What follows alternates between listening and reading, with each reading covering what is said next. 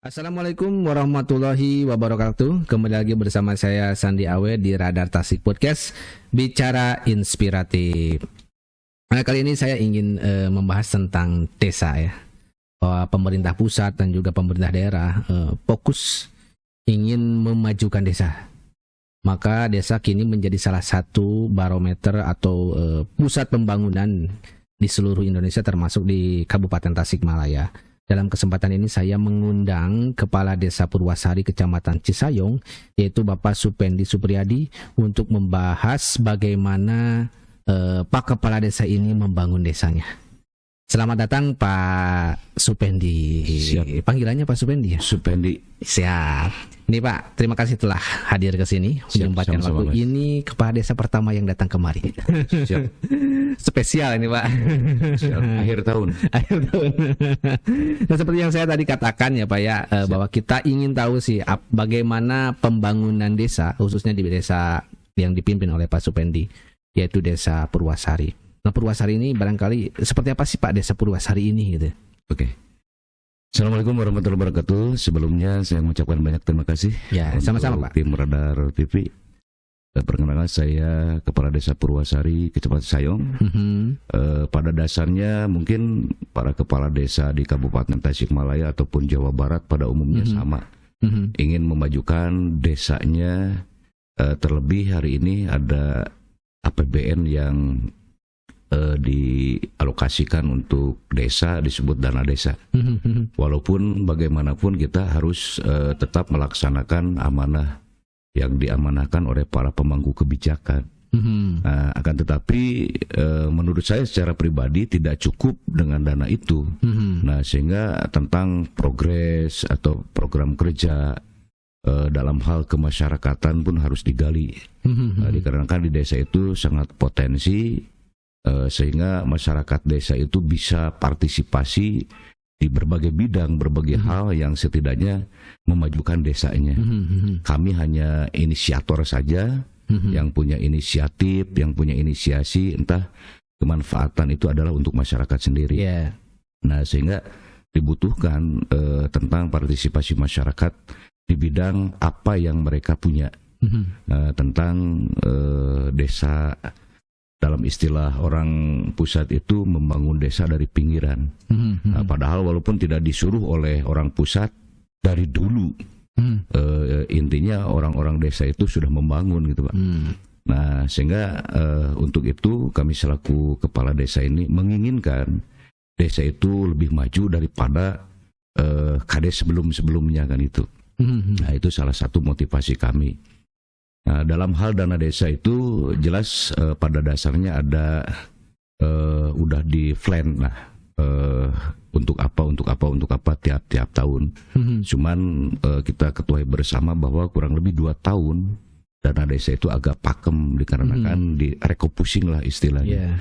Akan tetapi tetap kita selaku kepala desa itu menginginkan desa itu tidak stagnan, tidak berhenti di pembangunan yang bersumberkan dana dari APBN. Akan tetapi kita mencoba cari solusi ketika inovasi kita itu harus berjalan. Seperti halnya menggali potensi warga kita, misalkan putra daerah yang sukses, kita komunikasi. Seperti alhamdulillah 2017 kami dapat hibah berapa, hampir 500 batak lah. Itu kan jarang Agnia yang menghibahkan tanahnya untuk pembangunan pemerintahan desa. Biasanya madrasah, masjid. Nah, jadi kita tuh persuasif terhadap mereka. Intinya ajak mereka dalam mereka membangun sesuai dengan apa yang disampaikan oleh Rasul. Di antaranya ada 3 hal pilihan ketika berpartisipasi lewat tenaga, lewat pikiran ataupun dengan harta. Mangkana lahu ilmun falyatasaddaq biilmi, mungkin seperti itu. Nah, sehingga mereka-mereka yang berpotensi tentang kepintaran dalam mendedikasikan ilmunya untuk pembangunan masyarakat desa, kenapa tidak? Nah, itu dituangkan dalam musyawarah desa. Musdus, musdes kan gitu, musreng bangdus dan gitu. Nah, yang selanjutnya yang punya harta mangkana lahu malun paliator sodak bimalihi, barangkali yang punya harta bersedekahlah. Partisipasi mungkin menurut orang desa itu partisipasi dengan hartanya. Sehingga ketika mereka itu didekati secara persuasif, insya Allah itu gambaran kami. Sehingga tidak mengandalkan dana dari pemerintah saja yang saya rasakan, tapi dari agnia, dari tenaga masyarakat itu tetap bisa konsisten membangun gitu Pak. Nah, dikarenakan inovasi kepala desa itu harus terrealisasi mumpung menjadi kades, dikarenakan ada durasi waktu. Nah, kalau misalkan kita berpangku tangan ataupun menurut kitab hikam meratar hal kaun anil kaun. Nah, jadi kades itu jangan terlalu memikirkan permohonan dari pusat ataupun dari bupati. Kalau misalkan tidak inisiasi, itu berarti kita libur lah membangun kan itu. Itulah mungkin kata-kata motivasi saya gitu kan. Kalau prioritas pembangunan di Desa Purwasari itu apa Pak? Nah, prioritas pembangunan dikarenakan kami itu di daerah yang dulunya ya banyak jalan setapak. Hari ini kita progresnya jalan, lebaran jalan, hot mix jalan, ataupun istilahnya rabat beton jalan, gitu. Di sisi lain untuk mobilisasi warga masyarakat tentang perekonomian masyarakat, tentang memudahkan masyarakat berinteraksi dengan desa lain dan kampung lain. Jadi jangan sampai ada masyarakat yang sakit itu ke jalan setapak itu wah parah gitu. Nah, itu mungkin salah satu progres inovasi kami itu ada jalan desa ataupun yang disebut JUT. Nah, yang selanjutnya tentang pertanian. Itu ada irigasi desa. Irigasi desa, Jitut lah disebut di sana, Jitut, jaringan irigasi. Sehingga itu untuk mengairi kesawahan masyarakat. Dikarenakan kebanyakan warga desa Purwasari itu adalah petani dan buruh tani. Petani dan buruh tani. Petani dan buruh tani. Kita asumsikan petani itu adalah yang punya tanah. Buruh tani itu yang mengolah tanah. Nah, jadi satu kesatuan yang tidak bisa dipisahkan antara petani dan buruh tani. Nah, kami selaku pemerintah desa memfasilitasi tentang irigasi.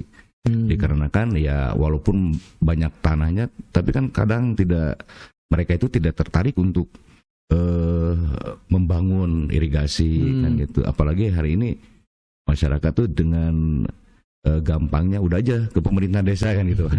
Padahal kan seharusnya yang bertanggung jawab di sana adalah orang yang banyak sawahnya seharusnya. Tapi mungkin itu dikarenakan kami itu perwakilan masyarakat yang ada di desa gitu Pak. Iya. Itu produk pertaniannya untuk dikonsumsi sendiri atau memang dijual ke pasaran Pak di sana rata-rata kebanyakannya? Kebanyakannya itu dikonsumsi. Dikonsumsi, ada juga yang dijual gitu. Nah, padahal kami itu punya progres ke depan itu ada ketahanan pangan nih. Itu gimana tuh program ketahanan dari pangan? Dana desa ada, cuman dari dinas ketahanan pangan kabupaten ataupun provinsi itu belum nampak. Jadi nggak tahu gitu kan, belum nampak. Saya bilang belum nampak. Kapan ditampakkan nih Pak? Nah, itu seharusnya segera gitu. Karena ini responsif dari dana desa ini kan udah ada ketahanan, cuman beberapa persen lah kan gitu yang diambil. Nah, sehingga penerapan pelaksanaan ketahanan pangan desa Purwasari tersebut kita bikin dengan aturan yang ada, mengikuti keharusan seperti apa. Hari ini kan ada ketahanan pangan hewani atau ekani yang disebut sana. Nah, sehingga kita bikin kandang domba lah kalau di sana. Nah, itu mulai kan gitu. Itu ketahanan pangan dari pusat atau dari ide dari desa Pak? Dari dana desa. Dari dana desa. Sebetulnya seharusnya kita juga udah memikirkan sebelumnya. Akan tetapi istilah kita itu tidak punya dana. Nah, hari ini kebetulan ada dana desa yang bisa untuk ketahanan pangan. Ketahanan pangan.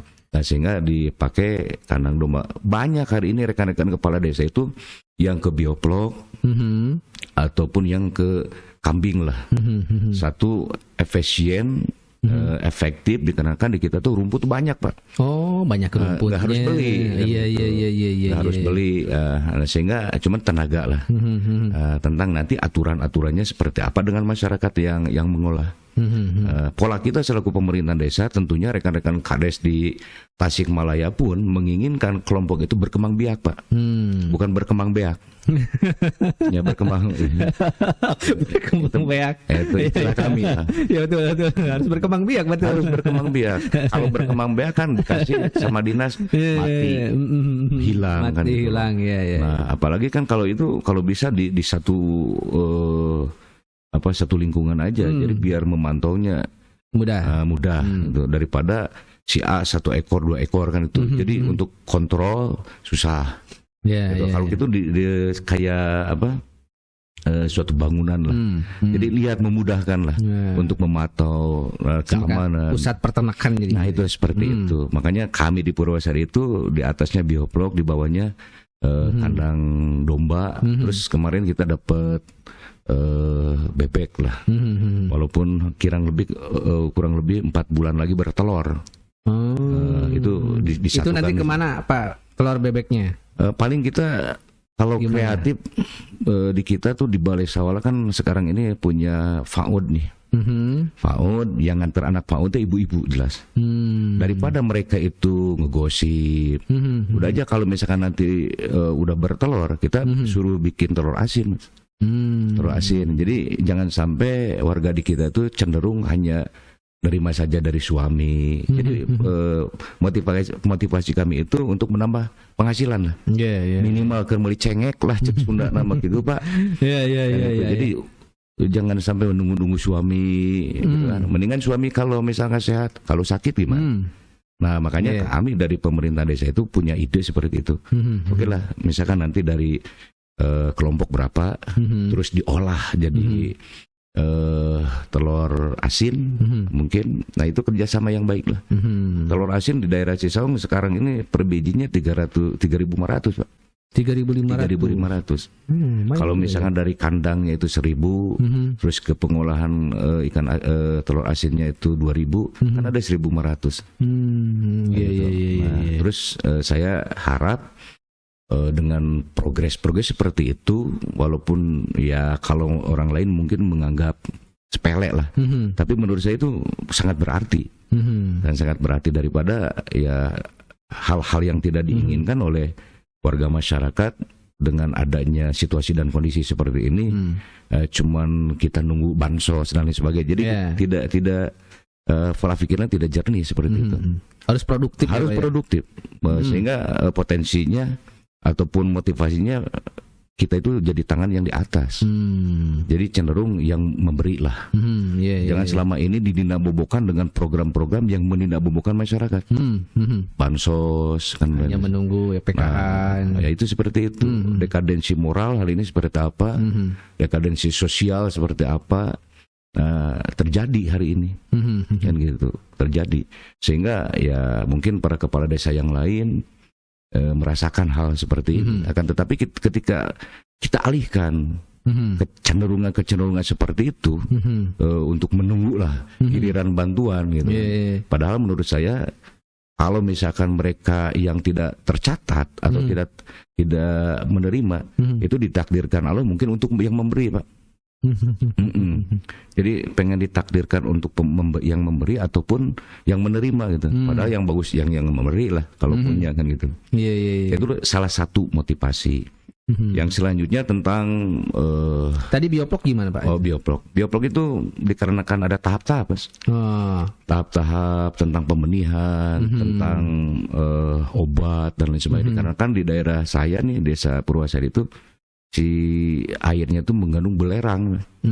Jadi banyak kolam-kolam yang masyarakat itu yang tidak efektif dipakai kolam ikan sebetulnya. Itu belerang dari Galunggung? Dari Gunung Garut lah. Oh dari Gunung Garut? Sumber airnya itu dari Cibodas. Nah makanya kita inisiasi, kenapa tidak? Lagian di warga kita itu punya kolam atau balong lah di sana. Itu bukan ekonomis. Soalnya kadang-kadang kalau misalnya mau hajatan baru kan gitu. Terus kalau misalkan mau lebaran baru ngebedahkan kan gitu. Tapi kalau kita itu harusnya berlanjut 3 bulan sekali panen, 3 bulan sekali panen. Ini kan setahun sekali gitu. Nah jadi kurang produktif menurut saya kan itu.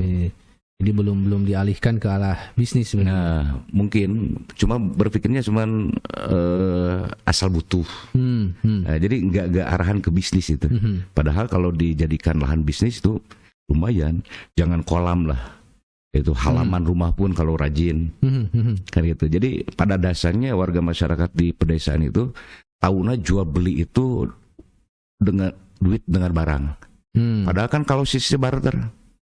Misalkan RT ini bikin atau nanam semacam cabai lah atau bawang. Satu rumah minimal 10 polybag kali 40 rumah berarti 400 per polybag 1 on misalkan. Berarti satu rumah itu menghasilkan cabai itu kurang lebih 1 kilo kali 40 rumah berarti 4 kilo. Gitu. Kalau misalnya masyarakat desa per rumah dapat polybag, bikin media tanam itu polybag, itu saya rasa akan berhasil. Itu dijalankan nggak di program? Itu susah, Pak. Oh, susah. Padahal masyarakat itu udah tahu, udah paham. 2018 kita ngasih contoh, Pak. Ketika jalan-jalan desa itu pakai tanaman sosog lah. Sosok apa itu sosok? Kayak untuk ikan tapi gede. Oh, iya. Untuk penyaringan air ikan. Nah, kita tanamin itu. Biar masyarakat tahu, biar masyarakat paham. Kok media itu tidak harus dari kebun, harus di sawah. Bahkan di pekarangan rumah yang tidak produktif bisa jadi produktif. Kan gitu. Nah, kita cuma punya ide saja, sampaikan terhadap mereka ya. Tentang hasil dan tidak itu terserah mereka. Terserah apalagi mereka. Hari ini ada program P2 tentang saung penyemaian. Nah, itu sedang digalakan oleh PKK di KWT kan gitu. Nah, itu untuk itu mungkin itu masuknya ke ketahanan pangan juga. Berarti ketahanan pangan yang sedang dibangun oleh desa itu pertama tadi biofol, kemudian peternakan kambing. Ya. Kemudian bebek. Peternakan bebek. Selain itu ada lagi nggak, Pak? Ya mungkin sementara itu kita sukseskan dulu itu. Oh, itu yang 3. Dikarenakan itu tidak mudah sebetulnya. Tidak harus telaten, apalagi kan. Ini tuh dijalankan setelah pasca COVID, mulai di pas programnya setelah programnya COVID, setelah ada COVID. Setelah ada COVID. Pasca COVID. Dikarenakan sumber pendanaan kita itu di bidang itu adalah dana desa. Kayak gitu. Baru 1 tahun lah. 2021 berarti ya? 2020. Dimulai 2020. Ya. Mudah-mudahan 2023 masih ada untuk ketahanan pangan. Berarti sekarang hasil dari produksi peternakan kambing dan biofok dan juga bebek itu mau dilarikan kemana, ke pasar, Pak? Paling nantinya saya rasa kalau misalkan hari ini kan banyak bantuan sosial masyarakat yang non tunai. Kenapa tidak kita kerjasama dengan misalkan nih kita tuh berasnya kan supply dari orang lain tuh. Oh iya. Jadi kan warga kita misalkan tidak punya. Nah, kenapa tidak kelompok tani itu mempunyai kelompok yang ada healer padinya, ataupun nanti pengolahan tentang pupuk organik, itu bisa kan dari kotoran kambing tersebut, gitu.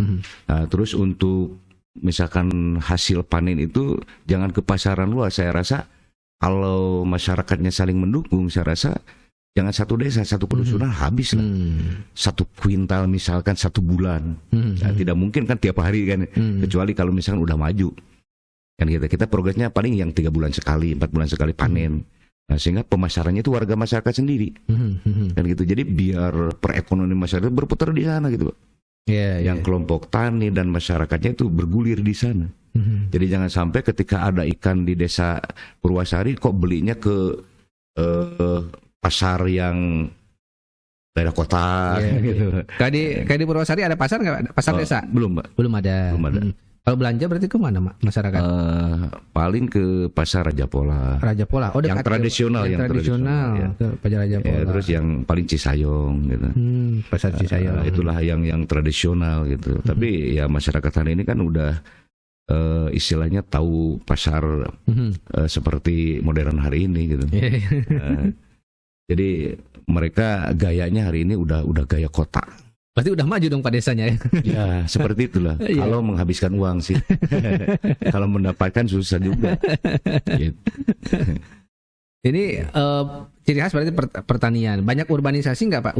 Masyarakat urban di sana. Ya mungkin sesuai dengan firman Allah, watilkal amsalung dawil benanas. Mungkin dalam kehidupan itu tidak selamanya di kota, tidak selamanya di kampung, kan gitu lah. Yeah. Nah, tapi hari ini saya rasa warga masyarakat itu tidak terlalu banyak yang ke kota gitu, Pak. Tapi ya kalau kita kerjasama mengolah potensi yang ada juga sangat cukup. Dikarenakan pasca corona itu sebetulnya ada hikmahnya juga. Nah, ketika pengusaha-pengusaha putra daerah yang sukses misalkan di luar kota, nah hari ini kembali ke kampungnya, tapi mereka tuh produk berjalan hari ini. Sudah ada beberapa lah yang dikirim ke misalkan Surabaya, ke Bandung, itu di produknya di desa kita gitu. Wah, ada produk apa Pak? Ada salah satunya produk makanan ringan lah, ada cireng isi. Nah kemarin kan hari libur semua kan gitu. Nah hari ini udah agak mulai berjalan lah. Kayaknya ekonomi masyarakat tuh udah mulai pulih, gitu kan, udah mulai pulih gitu. Nah sehingga dengan karyanya mereka, kebiasaan mereka yang biasa di kota sekarang ini banyak di kampung, banyak di kampung mengolah lah di rumahan. Itulah salah satu kegembiraan kami, berarti mereka ini tidak urban. Apalagi kalau disokong dengan istilahnya dana lah, dana kan gitu. Jadi ada UMKM-nya berarti ya? Ada UMKM, usaha kecil menengah gitu. Cuman ya seharusnya yang dari dinas perdagangan. Terus kan kalau bikin pabrik walaupun kecil itu tentang kesehatannya, tentang izinnya, ataupun tentang seperti apa jenis makanannya kan harus dipantau juga. Karena ini kan mengedarkan makanan terhadap orang lain. Gitu. Apakah di Desa Purwasari ada sektor bisnis yang menjadi penyangga desa? Ada nggak Pak di Purwasari? Kalau sektor bisnis yang menyangga tentang pembangunan desa sih belum ada. Ya mudah-mudahan ke depan kan gitu ada. Dikarenakan mereka ini lagi, tapi kalau misalkan ya yang kecil-kecil untuk bangun gang dan sebagainya itu suka ada lah ngasih. Ini kan kalau misalkan seperti CSR mereka kan belum kuat kayaknya, nggak sekelas perusahaan-perusahaan yang udah jalan. Nah mungkin yang Mas tanyakan itu seperti CSR kayaknya kan gitu. Nah di kita itu belum dapat sih, belum dapat, nggak seperti di perusahaan-perusahaan yang bagus lah. Gitu. Ya mungkin, tapi kami pemerintahan desa sangat bersyukur mereka berjalan juga itu hari ini. Jadi tidak terlalu beban moral, intinya beban moral kami selaku pemerintahan desa ada ujung-ujung nama kuuna gitu. Itulah. Kalau ini Pak, sekarang kan di era digital, bagaimana digitalisasi di desa di sana? Kalau digital ya alhamdulillah, termasuk anak muda yang dulu dilarang untuk daring, hari ini kan diperbolehkan, mau tidak mau. Akan tetapi dampak tentang hal tersebut saya rasa ini bukan hanya dipakai belajar saja. Jelas dalam segala sesuatu itu ada hal manfaat dan mudorot. Maka saya prediksi itu cenderung banyak mudorotnya. Seperti komunikasi antara anak dan ibu kurang karena fokus ke HP lah. Itu seperti itu. Betul. Nah, jadi komunikasi antara anak dan ibu, keluarga, kakak dan adik itu agak kurang nih karena nggak ada HP. Jadi mereka cenderung enjoy di main HP, main game. Kan itu. Siapa sih yang mau melarang? Kan itu lah. Dilarang susah. Susah Pak. Lagian kan hari ini ada semacam mudah lah. Mudah. Tapi kalau misalkan kita ajak mereka dan mereka paham, jangan hanya dipakai itu saja, permainan saja, tapi asas manfaat. Seperti halnya pemerintah desa lagi membangun jalan nih di Facebook, TikTok, ataupun misalkan di snack video dan sebagainya, status itu lebih matching sih. Karena tapi itu saya rasa belum, mereka belum ikut serta untuk mensosialisasikan. Kan gitu. Cuman itu mah enjoy kumaing we. Menikmati diri sendiri. Nah itu ya mudah-mudahan lah ke depan tentang potensi-potensi yang ada, mereka tuh ikut serta lah mengembangkan, ikut serta berpartisipasi kan gitu, banyak sih. Nah, makanya saya prediksi 2030 apakah masih ada tukang nyangkul di sana? Itu dikarenakan sekolahnya saja SMP pakai motor, kan itu. Nah, nasi misalkan daripada nganggur kamu mendingan ke sawah nyangkul. Emangnya kan saya tuh keluaran sekolah, mau nggak kira-kira? Nah, makanya prediksi tahun 2030 ada nggak yang mau nyangkul? Kan gitu.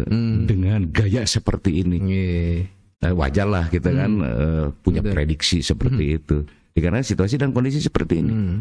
Kenalnya anak sekolah itu pakai HP. Jalan kaki, jarang jalan kaki mas, 3 kilo kayak dulu. Ke SMP, ke SD kan, pakai motor kalau mau. Nah itu bedanya. Makanya cenderung kan anak muda hari ini banyak yang sakit. Kan kalau dulu kuat-kuat itu. Nah itu struggle ya. Nah itu masalahnya. Masalah itu sebetulnya. Itu masalah untuk kami lah, pemerintahan desa. Nggak tahu orang-orang tua cemas nggak kira-kira. Tapi mungkin nanti ketika 2000, ini semua memang harus dipikirkan oleh kita semua itu, bukan hanya Bapak aja mungkin. Nanti ketika 2030 memang susah untuk anak-anak generasi sekarang mencangkul, yang akan terjadi teknologi yang akan masuk ke desa sebenarnya. Jadi itu banyak di negara-negara maju yang memang sudah tidak ada lagi mereka yang terbiasa anak-anak generasinya mencangkul tapi menggunakan teknologi mesin, jadi mereka itu jadi operatornya. Ini yang mungkin akan terjadi. Tapi kalau itu kan generasi petani ini jadi nggak ada kalau mesin. Memang secara di sisi lain lebih cepat dikerjakan oleh mesin. Sekarang juga di Indonesia udah banyak perkebunan yang mandiri yang menggunakan mesin. Ya. Jadi banyak yang menjadi operatornya mungkin. Ya, tapi kalau misalkan buruh tani itu lebih banyak sih orang, kan itu. Terus dalam pengolahan tanah lebih baik sama orang sama manual ya, sebetulnya. Betul. Nah, akan tetapi kalau misalkan zamannya seperti itu, misalkan nanti manualnya nggak ada, mesinnya nggak ada, parah kan? Itu yang lebih parah itu. Itu lebih parah. Gitu. Itu lebih berbahaya. Kan hari ini banyak pesawahan yang dibikin perumahan. Apakah mungkin nanti anak-anak yang usia hari ini 5 tahun ke depan dapat makannya apa kira-kira? Gitu loh. Kalau di Desa Purwasari termasuk wilayah yang dilarang ada perumahan nggak? Kan suka ada tuh daerah-daerah hijau. Ya, Purwasari itu kebetulan nggak ada yang minat jadikan perumahan. Pabrik nggak ada. Kenapa Pak? Mungkin emang bagaimana tuh demografinya atau wilayahnya? Wilayahnya itu pegunungan. Gitu. Ya mudah-mudahan tidak ada verum. Karena kalau ada verum kan sawah berapa hektar lah yang kena. Terus dari sumber pokok lah penghasilan petani kita, warga kita dari mana? Jadi dikarenakan kan kalau tanah itu nggak ada pabriknya mas, kan gitu. Kalau misalkan dijual sekarang nih, udah selesai, kan gitu, selesai gitu kan. Mendingan diolah, gitu. Walaupun cenderung penghasilan padi tersebut kembali lagi ke sawah, kan itu daripada kan dibikin perum. Kalau perum ya cepat, modern dan lain sebagainya. Akan tetapi kan lahan kita untuk bercocok tanam di mana? Iya. Nah itu kalau menurut saya ya mudah-mudahan di kita nggak ada pabrik lah. Bukan tidak mendukung sih, tapi belum saatnya. Belum saatnya. Ya, dikarenakan kami membutuhkan bahan pokok itu makanya padi, beras lah gitu kan. Untuk media untuk tanaman pangan itu kan di sawah biasanya di sawah di kebun. Kalau misalkan sudah beralih fungsi sawah dan kebunnya pakai verum gimana? Itu kan masalah. Masalah gitu. Itu paling kita nunggu yang orang kampung menjual itulah nasi, singkong kan. Kalau gitu, kalau misalkan masih efektif kan paling singkong nggak harus belilah. Itu ya barangkali nanti mau ngeliwat ke sana gak harus beli beras nanti. Misalkan nyobain beras Purwasari misalnya. Oke, boleh. Itulah. Itu harus dijadiin merek tuh beras Purwasari itu, Pak. Ya, apalagi kan dari Dinas Pertanian ini termasuk dari Kementan, di kemudian hari ada Aflen.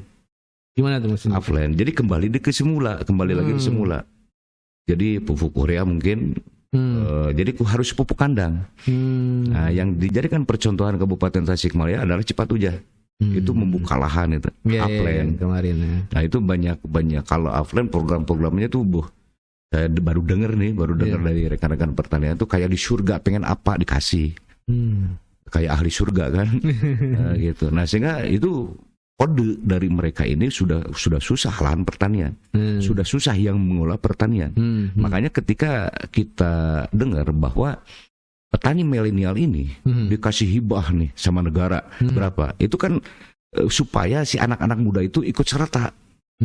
Kalau kita tahu ke sana lah, nah gitu. Berarti karena anak muda ini jarang yang ikut serta bertani. Makanya negara memberikan hibah untuk petani milenial dan lain sebagainya. Itu mungkin untuk mengarahkan para pemuda-pemudi kita itu jangan hanya bisa mengkonsumsi saja, tapi untuk memproduk saja. Karena kan ini udah tren di negara kita, jangan hanya di Purwasari, di Indonesia. Warga Indonesia itu jadi cenderung bangga dengan produk orang lain. Tapi orang lain itu bangga dengan memproduk sendiri. Contohnya motor. Kan itu. Motor kan made in apa, kita bangga make lah. Kan gitu, apalagi balap-balapan di jalan raya. Nyian mah mau bisa kan, Mas. Nah itu mungkin. Jadi hal seperti itu terkadang kita pikirkan. Dari mulai anak bayi, terus misalkan yang sekolah dasar, sekolah SMP, ataupun SMA yang kuliah, atau ibu bapaknya, itulah saktinya orang desa seperti itu. Jadi kita memantau, walaupun mereka itu tidak memantau terhadap orang desa gitu. Nah itu keindahan jadi kades tuh, Mas. Ini Bapak udah 2 periode berarti ya? Ya masih dipercaya. Bagaimana rasanya sejauh ini menjadi kepala desa nih Pak? Kalau saya sih sebetulnya bergabung di pemerintah desa dari 2007. Dari 2007. Baru muncul keberanian mencalonkan diri, itu coba-coba sih. 2013 sampai 2019 sampai 2025. Kalau saya Mas pengen tahu rasanya jadi kades itu nano-nano, Mas. Kalau di permen tuh. Jadi rame rasanya. Emang sebelum jadi kepala desa, jadi apa Pak di desa?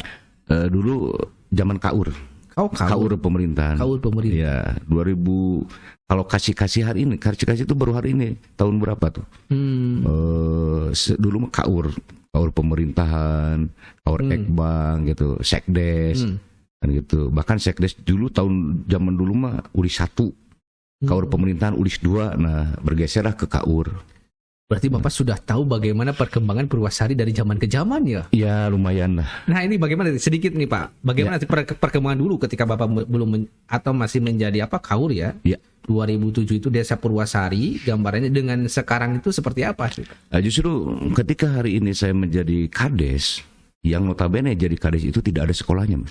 Nggak ada sekolahnya, paling dari pengalaman. Nah dalam hal itu ketika saya 2007 jalan seperti apa saya tahu sebetulnya. Akan tetapi penilaian masyarakat tidak terlepas dari dua, antara pro dan kontra. Yang pro, bagus lah, tapi yang kontra tetap gini. Gitu loh. Makanya kita jalan saja, kan gitu loh. Dikarenakan ya di negara di kita ataupun di desa itu udah sunatullah lah, pro dan kontra. Tapi kita tetap tidak menggubris hal seperti itu. Karena kan motivasi mereka ini bukan membangun sebetulnya, kan gitu. Nah sehingga kalau kita berhenti, terus mereka mau nggak? Makanya kita jalan gitu loh, jalan ya. Kalau kades itu jeleknya saja sudah jadi perhatian, apalagi bagusnya, kayak gitu. Nah itu yang memperhatikan banyak dalam hal ini. Makanya kalau pengen tahu jadi ya rasanya kades itu, menurut saya tuh rasa nano-nano lah. Ada asin, pahit. Itu bercanda, Mas. Nah, sehingga dari hikmahnya, perkembangan dari tahun ke tahun, terus ide-ide kita tuh bukan hanya cuman ide yang kosong. Tapi dulu kadesnya seperti zaman kades ini misalkan. Nah, kita tuh harus lebih baik, lebih maju daripada kades kemarin. Jangan stagnan, apalagi mundur. Nah, kalau misalkan ada kades baru nih, kan warga kita tuh cenderung membanding-bandingkan. Misalkan zaman Presiden Soeharto, terus era zaman Orde Baru, Orde Lama lah kan gitu. Itu kan dibanding-bandingkan. Walaupun kita ini tidak pengen ada aflas dari masyarakat, tetap kita pengabdian dengan rekan-rekan perangkat desa. Bagaimanapun caranya untuk menjadikan desa kita itu tidak tertinggal lah, minimal berkembang ataupun maju ke sananya. Hari ini banyak tren desa mandiri, kan itu desa mandiri. Nah jangan jauh-jauh lah kita. Jadi kalau Purwasari desa apa statusnya sekarang? Sekarang itu masuknya kategori kriteria desa berkembang. Desa berkembang. Kalau misalkan mandiri atau maju kan nanti mungkin dari APBN dikurangin mas. Gitu. Karena eueuh deui mun dikurang atau beki bea kan gitu. Sehingga kita berkembang gitu. Tapi kalau disebut desa yang termiskin dunia akhirat nggak mau kan gitu. Karena kan kita ya dari tahun ke tahun ada lah. Walaupun tidak sesignifikan rekan-rekan yang di kota ataupun yang punya APBDes-nya gede kan gitu loh. Sehingga ataupun kalau daerah Jawa bengkok lah. Kita tidak punya aset desa gitu. Gitu kan. Nah, sehingga kalau yang lain kan bisa membangun itu salah satunya dari sana PADes. PADes. Kalau PADes kita ya lumayan lah, nggak terlalu banyak gitu. Jangan untuk membangun untuk perangkat desa pun ya, tapi kita dasarnya motivasinya lillah ilallah ma'allah mardotilah saja. Kan itu. Maka kita enjoy saja lah. Dikarenakan rezeki mungkin Allah yang ngatur. Gitu. Dikarenakan desa kami itu masuk desa miskin lah sebetulnya. Tapi kalau disebut miskin gak terlalu sih, banyak yang kaya. Gitu. Itu salah satunya. Baiklah Pak, berhubung ini kita nggak terasa nih. Udah waktunya sudah 30 menit. Untuk itu saya ucapkan banyak terima kasih. Salam silaturahim. Mudah-mudahan sehat, sukses selalu. Sama-sama Pak. Selamat tahun baru. Selamat tahun baru juga. Sukses. Lagi terima kasih kepada Pak Supendi yang telah hadir di sini, juga para pemirsa Radar Tasik Podcast. Yang belum subscribe channel Radar Tasik Podcast silakan subscribe, dan juga warga desa Purwasari yang nonton ini subscribe ini di channel YouTube Radar Tasik Podcast. Sekian dari saya. Assalamualaikum warahmatullahi wabarakatuh. Waalaikumsalam warahmatullahi.